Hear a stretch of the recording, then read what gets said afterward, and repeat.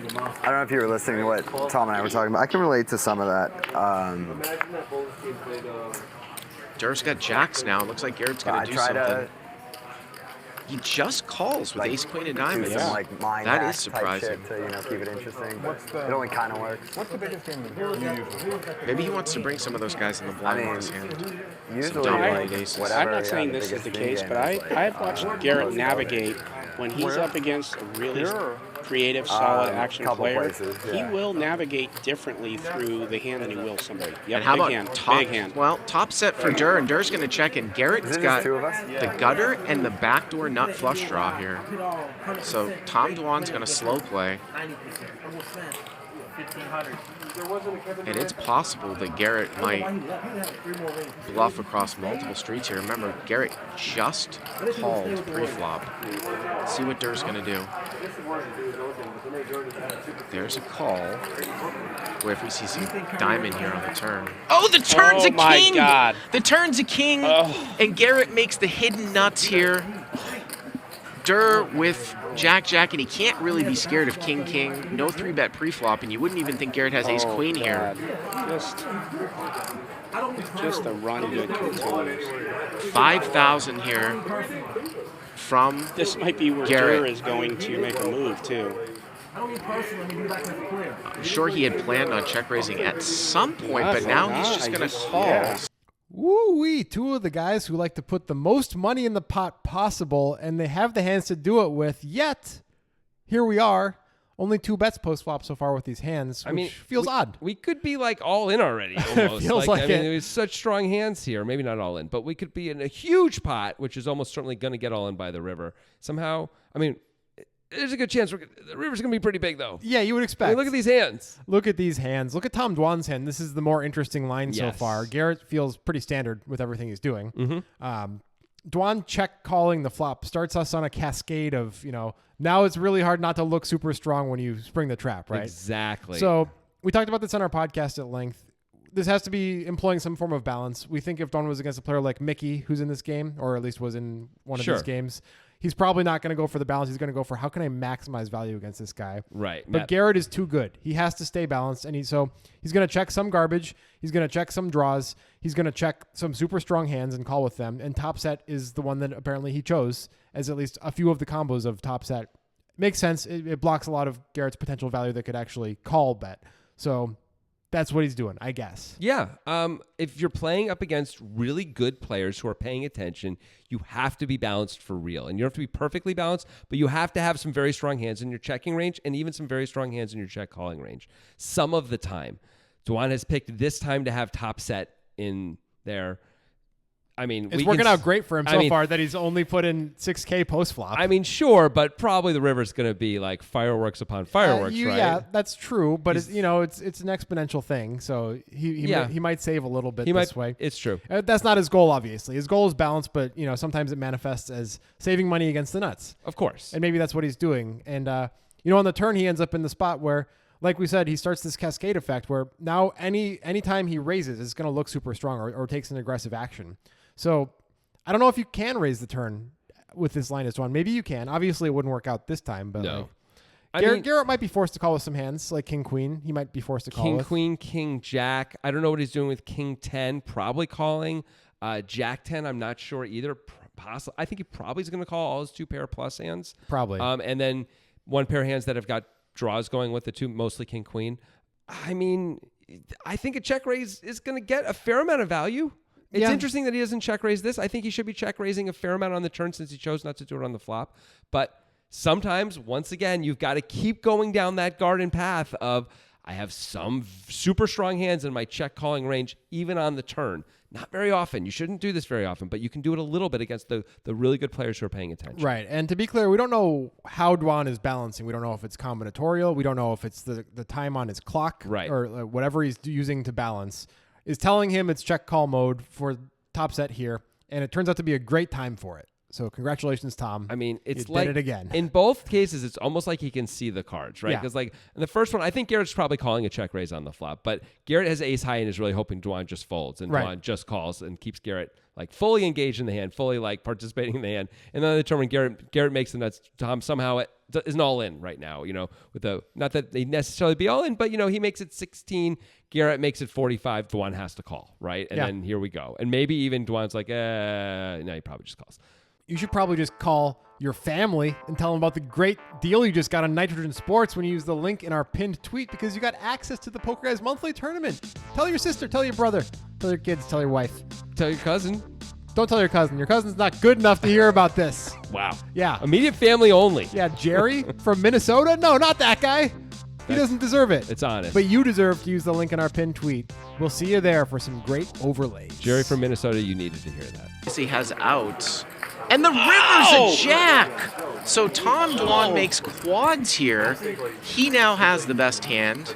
Wow. Garrett with the ace queen. Pot is only 16.4K because there was no 3-bet. It was just a check call. What a sick river. And what is Durr thinking about here? He is going to check. And Garrett's got to think about what does Dwan have check calling flop and turn. Maybe a hand like ace king. I can't. I don't see Garrett checking this back. No, I don't either. There's no way. What is he targeting here? What's he gonna? What's his sizing? Sizing probably going to be about 15, He usually bets 16K. large. Yeah, looks like at least 25,000. Oh my gosh. 25,000 here Wow. with the overbet. And now for Dwan, what is his sizing? Because you almost know that Garrett's not going to have king, or 10-10 here. So if Garrett doesn't have king, 10-10, what are the other big hands? Straight, maybe pocket fours. 10 seconds. And you're looking at another 9 years. And another tough decision coming here for Garrett. Dwan's going to put the time chip in, which you talked a little bit about, Nick, last night, where Durr's he's going to put the time chip in, and then he's going to raise. Yeah.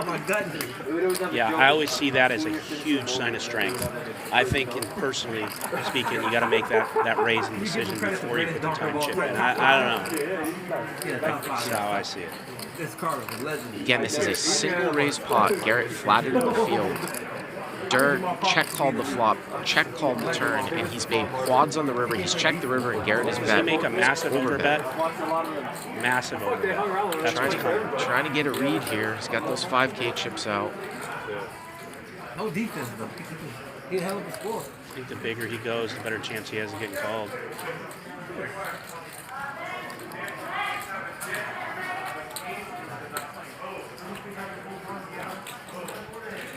He's got 80,000 in his hand, so he's going to go to 80, I believe. Right around 80. 68,000. Well, 68. So 68,000. So 43 here for Garrett to call. And obviously Garrett loses to a hand like jacks, tens, pocket kings that might have just check called on the flop. This all started with the flat pre-flop, Nick. Very unorthodox. I think Garrett probably 3-bets this hand like 95% of the time. Agreed. Garrett's gotten into a lot of spots Yeah, the he's last been few some nights. jams the last 2 days. Yep. 10 seconds. Probably coming in 100. And will the old Tom Dwan reputation get him paid off? I don't know if Garrett's actually ever played with Dwan before. And I don't believe so, and I still... so you think that Garrett's got to think that Dwan's capable of playing That with was him? a naughty hand. I mean, everyone knows Tom's So fucking lucky. Tom's reputation and his aggressiveness. I haven't seen a ton of it. Not the important. It's relative brand. The ball was clear, like 9. Something. He just had a question. I was gonna bet a lot bigger. I also don't think, Nick, that Durr would ever turn just one jack into a bluff. Sometimes we see that on flushing boards where somebody will turn trips into rep a full house. I think he would just check call down. So I think you can take that out, the fact that Durr ever has trip jacks here only. Done my mental database. I'm afraid your decade is big. especially when Garrett overbet the river. 10 That seconds. was like the hand that I think that would be a square call Oh my god, this is good. for Dwan with like a hand like Queen Jack. He's gonna have to go to another time chip. This is a tough decision, man. This is especially the player he's up against here. I'm sure it would be nice for him to be up against Lucky here, eating his chow mein, turning around and telling him to call. This is a lot bit harder decision. I think the more likely hand that Garrett is obviously scared of is pocket kings. I don't know how often Dwan would say check tens as middle set. Obviously, there's one combo of quad jacks, but kings makes a lot of sense here too. Seen Dur check over pairs. I need that $500 so bad, bro. Please. Please win. But again, it's like, what would Dwan be turning into a bluff? I don't think he's turning ace king into a bluff. I don't think he's turning trip jacks into a bluff. 10 seconds.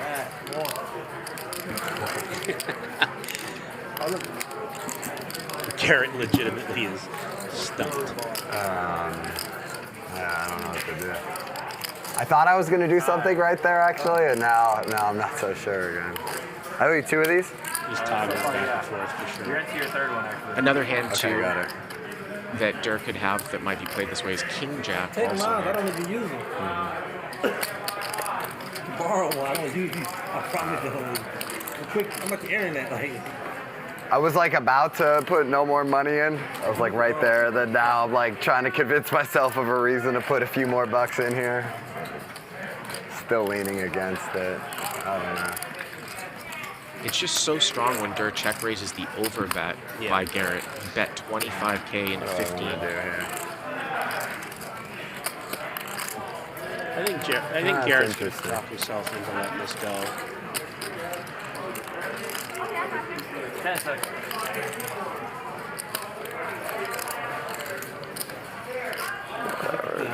Damn right. Fold. Oh, and he Wow, he folds. goes, I'll just Ultimately, I think the question we have to ask here is, was there a way for Tom Dwan to get more money out of this hand than he did on the river? Because for everything else that happened before that, we can attribute it to balance. This, of course, leads into, of course, we have to raise with the nuts, the super nuts on the river.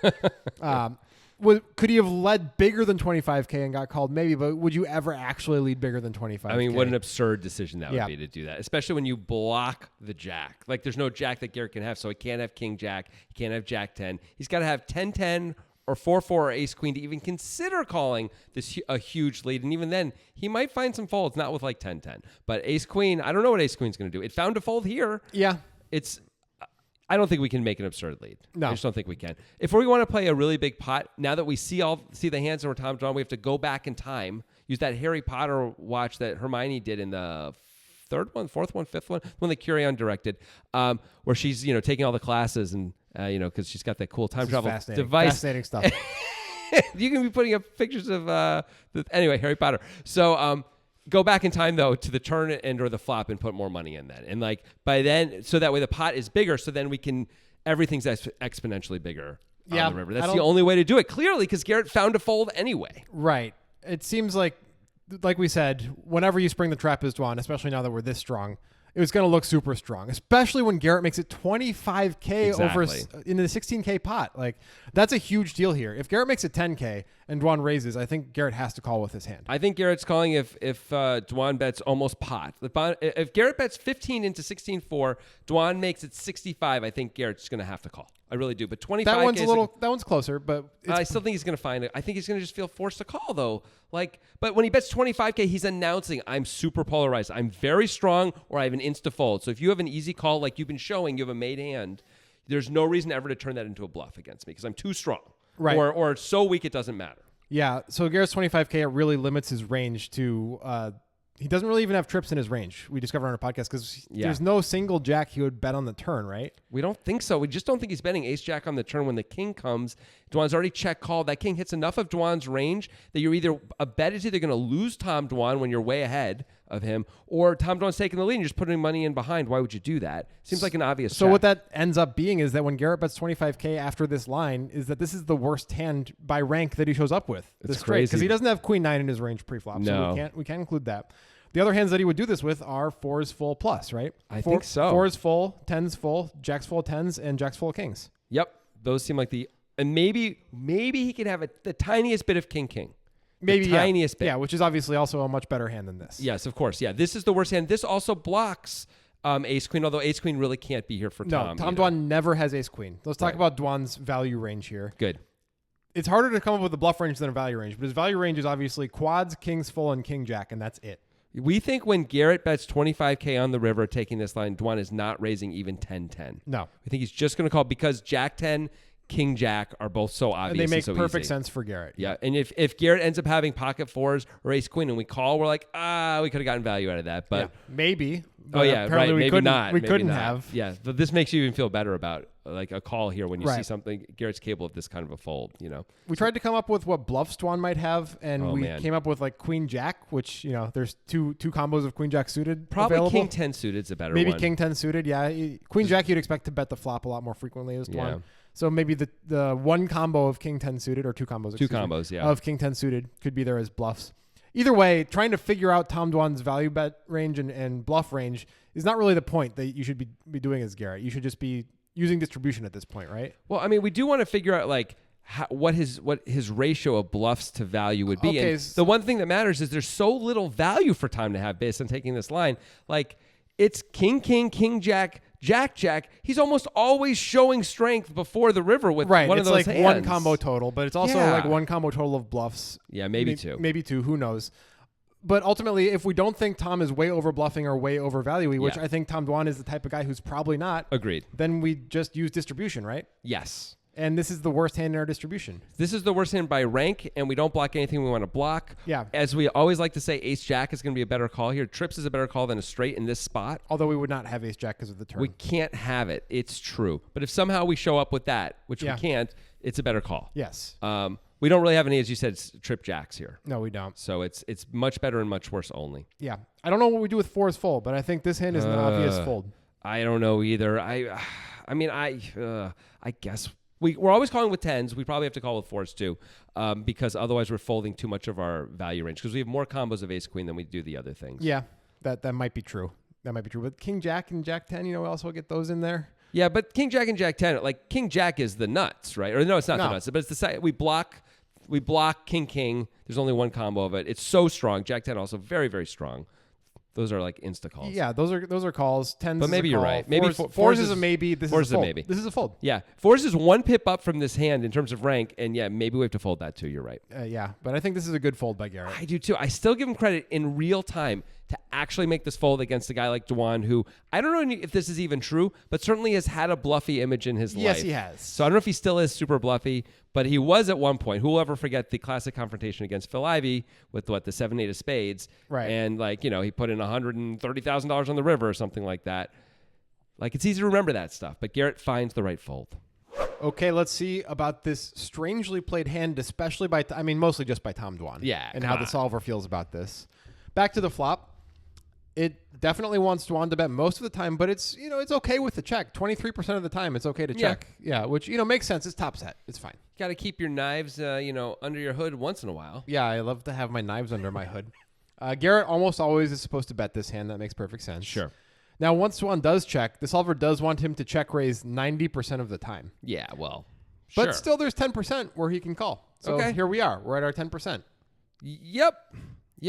Now it's I mean, it's 90% of the 23% that checked. So it's just like we're at like 2.3% of the time we're still. Yeah, but we can be in there. remove the previous iterations of what has happened because we're already here. So Yep, 90% we are. of the time that we're here. Yep. So 10% check call, solver's fine with it. It's not like an egregious thing according to the solver. Right, but it's Yeah. but pretty much you check raise here if you haven't already bet yourself. But he didn't, and here we yeah, are. and that's cool. That's cool. And Garrett made the nuts on him on the turn. I mean, you got to keep your knives in your hood sometimes. Got to keep the knives in the hood. Garrett always bets the turn, according to the course. solver, Of which course. sure makes perfect sense. And once again, wants Dwan to check raise most of the time. I mean, of course it does. We have such a good hand. But he doesn't. But a miracle. Yeah. But hey, guess what? He saved money equity-wise by not Yes. check raising the turn. Now, of course, not in real life because the river came, and that made him quads. Danny Sprung, who did this work, He gave Garrett 2 choices of bet sizing, 75% of the pot and the size that he chose, the huge size. Mm-hmm. And it likes both sizings. It's fine with either size. When Garrett sizes it like this, it wants him to snap fold. When Dwan check raises, which makes to the perfect size. sense to us, of course. Yes, it does. Even if Garrett were to bet 75% of the pot, it's not loving a call, but it still barely wants to call. Yeah. Which, I would like to fold in that spot too, but I understand why the solver would barely want to call against a guy like Dwan, because the solver, of course, has a Tom Dwan setting that Danny put it on. Well, I mean, the solver and Dwan probably play closer to similar than most players. Right. Even though Dwan's pretty wacky at times, he's also like trying to be pretty balanced, and do things that, make it harder to play against. Yep. know. He's very good that way. But not surprising, Garrett is supposed to fold when the sizing is as it is. Yeah. Yeah. If you want to see the rest of Danny's results on this solver, check out our Discord. The link is in the description of this video. We'll see you there.